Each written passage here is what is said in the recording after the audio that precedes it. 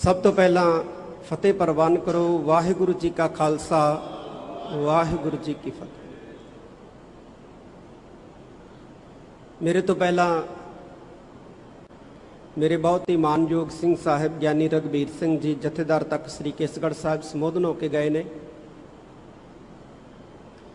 बाबा अमीर सिंह जी ने आप जी को संबोधन किया है और जिस महान हस्ती की याद दे विच आपां जुड़े बैठे हैं उन्हां बारे दो शब्द कहे ने। संत बाबा सुच्चा सिंह जी श्रोमणी गुरमत संगीत प्रचारक जिन्होंने श्री अकाल तख्त साहिब वालों सन्मान मिले। अज असीं उन्होंने इस करके याद कर रहे हैं क्योंकि उन्होंने इस स्थान के उत्ते शब्द प्रधान राग विद्या की टकसाल की शुरुआत की। इत्थे पढ़न वाले विद्यार्थी अज भी तंती साजां दे नाल गुरबाणी के निर्धारित रागां अनुसार कीर्तन करते ने और कीर्तन करना सीखते ने। मैं समझदा कि ये साडी जिहड़ी तंती साजां नाल कीरत करन दी पुरातन परंपरा है, उन्होंने ये स्थान जिहड़ा है पुनर सुरजीत करन दा यतन कर रहा है। वाहिगुरु अगे अरदास है सच्चे पातशाह इन्हों होर जिहड़ा है इस कारज लई बल बख्शे, उद्यम बख्शे, विवेक बुद्ध बख्शे। किसी भी धर्म के प्रचार दे लई, प्रसार दे लई तीन शैलियां जिहड़ियां ने वो इस्तेमाल होईयां ने। जिहड़े सनातनी विद्वान है उन्होंने इन्हां शैलियां नूं नाम दिता है नारद शैली, व्यास शैली, रुद्रा शैली। साडे एक बहुत प्रसिद्ध कथावाचक होए ने ज्ञानी अजीत सिंह जी रतन, उन्होंने इन्हां शैलियां की व्याख्या करदिआं जिक्र किया है कि एक शैली वो पहली शैली वो जिहदा आगाज गुरु नानक साहब सच्चे पातशाह की हजूरी च खुद गुरु नानक साहब जी ने किया और भाई मरदाना जी ने रबाब दीआं सुरां दे नाल साथ दिता। कीर्तन शैली। दूसरी कथा वख्यान की शैली। गुरमत परंपरा दे विच सब तो पहले व्याख्याकार असी भाई गुरदास जी नूं मनदे हां। भाई गुरदास जी ने श्री गुरु ग्रंथ साहिब सच्चे पातशाह जी की सब तो पहली व्याख्या जिहड़ी है की। गुरु साहिबान ने भी की।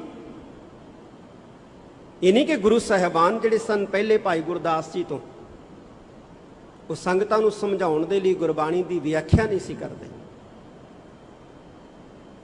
पर लिखत दे विच सब तो पहली व्याख्या जिहड़ी है वो भाई गुरदास जी की मिलती है।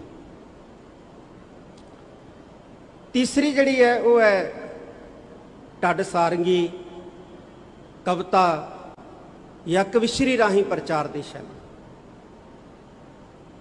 इहदा आगाज मीरी पीरी दे मालक श्री गुरु हरगोबिंद साहब सच्चे पातशाह ने किया ढाडी परंपरा का, और कविश्री या कवि परंपरा का आगाज श्री गुरु गोबिंद सिंह महाराज तो होया। अज एक चौथी शैली भी जिहड़ी है वो प्रचलित हो गई है। उन्होंने नाम दिता गया है मरकट मूर्ख शैली। मरकट मूर्ख शैली, मरकट कहते ने बांदर नूं। ये किहड़ी शैली होगी प्रचार की? बांदर जिहड़ा हुंदा ना वो दरखत दीआं टाहणियां दे उत्ते टपूसियां मारदा फिरदा रहिंदा। इसे तरह ही वख्यान करना, कदे ताड़ियां मारनियां, कदे हाथ हिलाउणे, कदे हसना, कदे किहो जिहा मूँह बनाउणा, कदे किसी की निंदिया, कदे किसी की निंदिया, कदे किसी की निंदिया। और सब तो वड्डी गल जिहड़े धर्म का प्रचार करना है उसे धर्म की निंदिया। जिहड़े धर्म के प्रचारक होने का दावा करते उसे धर्म की निंदिया करनी जिहड़ी है ਇਹ ਮਰਕਟ ਮੂਰਖ ਸ਼ੈਲੀ ਹੈ। ਜਿਹੜੀ ਦਰਖਤ ਦੀ ਛਾਂ ਥੱਲੇ ਬੈਠਣਾ ਉਸੇ ਦੇ ਪੱਤਿਆਂ ਨੂੰ ਤੋੜਨਾ ਸ਼ੁਰੂ ਕਰ ਦੇਣਾ। ਵੀ ਠੀਕ ਹੈ, ਸਮਾਂ ਪਾ ਕੇ ਧਰਮ ਦੇ ਵਿੱਚ ਕੁਝ ਗਲਤ ਗੱਲਾਂ ਦਾਖਲ ਹੋ ਜਾਂਦੀਆਂ ਨੇ। ਧਰਮ ਨੂੰ ਨਿਭਾਉਣ ਵਾਲਿਆਂ ਦੇ ਅੰਦਰ ਕੁਝ ਗਲਤ ਗੱਲਾਂ ਜਿਹੜੀਆਂ ਉਹ ਦਾਖਲ ਹੋ ਜਾਂਦੀਆਂ, ਤਾਂ ਉਹਨਾਂ ਗਲਤ ਗੱਲਾਂ ਨੂੰ ਬਾਹਰ ਕੱਢਣਾ ਇਹ ਧਰਮ ਪ੍ਰਚਾਰਕਾਂ ਦਾ ਫਰਜ਼ ਹੈ।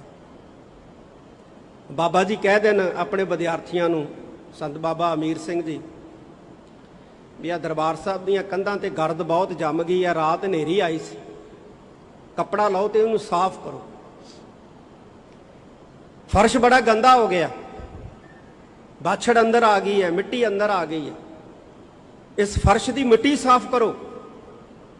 ਤੇ ਬਾਬਾ ਜੀ ਦੇ ਵਿਦਿਆਰਥੀ ਥੌੜਾ ਲੈ ਕੇ, ਛੈਣੀਆਂ ਲੈ ਕੇ ਫਰਸ਼ ਪੁੱਟਣਾ ਸ਼ੁਰੂ ਕਰ ਦੇਣਾ, ਕੰਧਾਂ ਖੁਰਚਣੀਆਂ ਸ਼ੁਰੂ ਕਰ ਦੇਣਾ।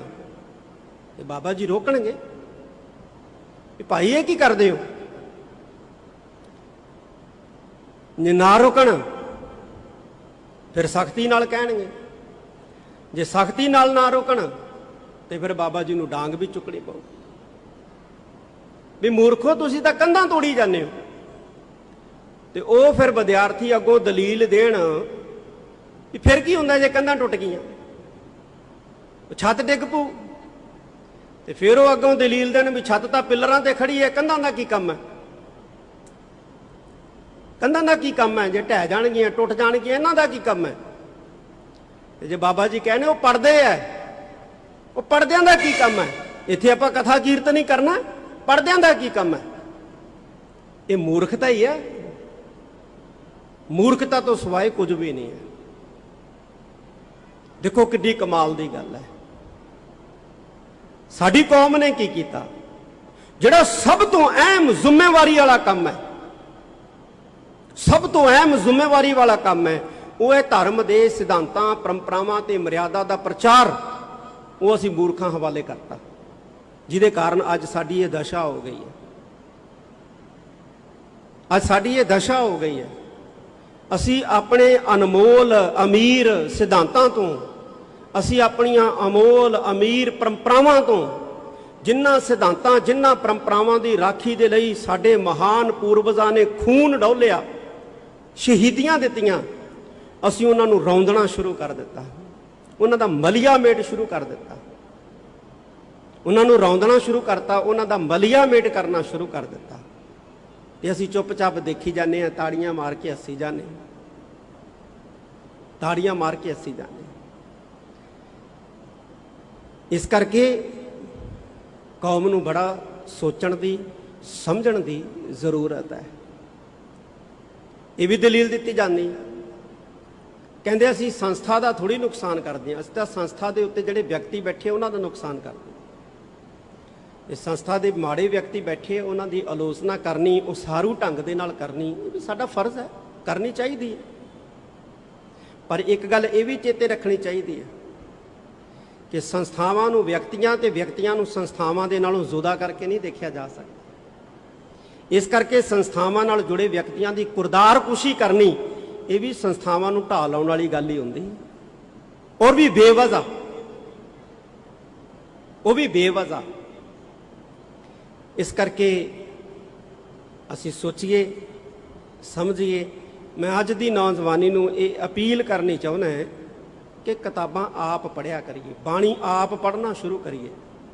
ਸੋਸ਼ਲ ਮੀਡੀਆ ਤੋਂ ਧਾਰਮਿਕ ਗਿਆਨ ਲੈਣ ਦੀ ਬਜਾਏ ਨਾ, ਅਸੀਂ ਧਾਰਮਿਕ ਪੁਸਤਕਾਂ ਪੜ੍ਹਨੀਆਂ ਸ਼ੁਰੂ ਕਰੀਏ, ਤੇ ਉਹ ਪੁਸਤਕਾਂ ਪੜ੍ਹਨੀਆਂ ਸ਼ੁਰੂ ਕਰੀਏ ਜਿਹੜੀਆਂ ਸਾਨੂੰ ਗੁਰੂ ਦੇ ਨਜ਼ਦੀਕ ਲੈ ਕੇ ਆਉਂਦੀਆਂ, ਜਿਹੜੀਆਂ ਸਾਨੂੰ ਗੁਰਦੁਆਰੇ ਵੱਲ ਜਾਣ ਲਈ ਪ੍ਰੇਰਿਤ ਕਰਦੀਆਂ ਨੇ, ਜਿਹੜੀਆਂ ਸਾਨੂੰ ਸੰਗਤ 'ਚ ਬੈਠਣ ਲਈ, ਕੀਰਤਨ ਸੁਣਨ ਲਈ ਪ੍ਰੇਰਿਤ ਕਰਦੀਆਂ ਨੇ। ਉਹ ਲਿਖਤਾਂ ਪੜ੍ਹਨ ਦੀ ਲੋੜ ਨਹੀਂ ਹੈ ਜਿਹੜੀਆਂ ਸਾਨੂੰ ਗੁਰੂ ਤੋਂ ਹੀ ਦੂਰ ਕਰਦੀਆਂ ਨੇ, ਜਿਹੜੀਆਂ ਸਾਨੂੰ ਸਿਖਾਉਂਦੀਆਂ ਨੇ ਗੁਰਦੁਆਰੇ ਜਾਣ ਦਾ ਫਾਇਦਾ ਕੋਈ ਨਹੀਂ, ਕੀਰਤਨ ਸੁਣਨ ਦਾ ਫਾਇਦਾ ਕੋਈ ਨਹੀਂ, ਕਥਾ ਸੁਣਨ ਦਾ ਫਾਇਦਾ ਹੀ ਕੋਈ ਨਹੀਂ।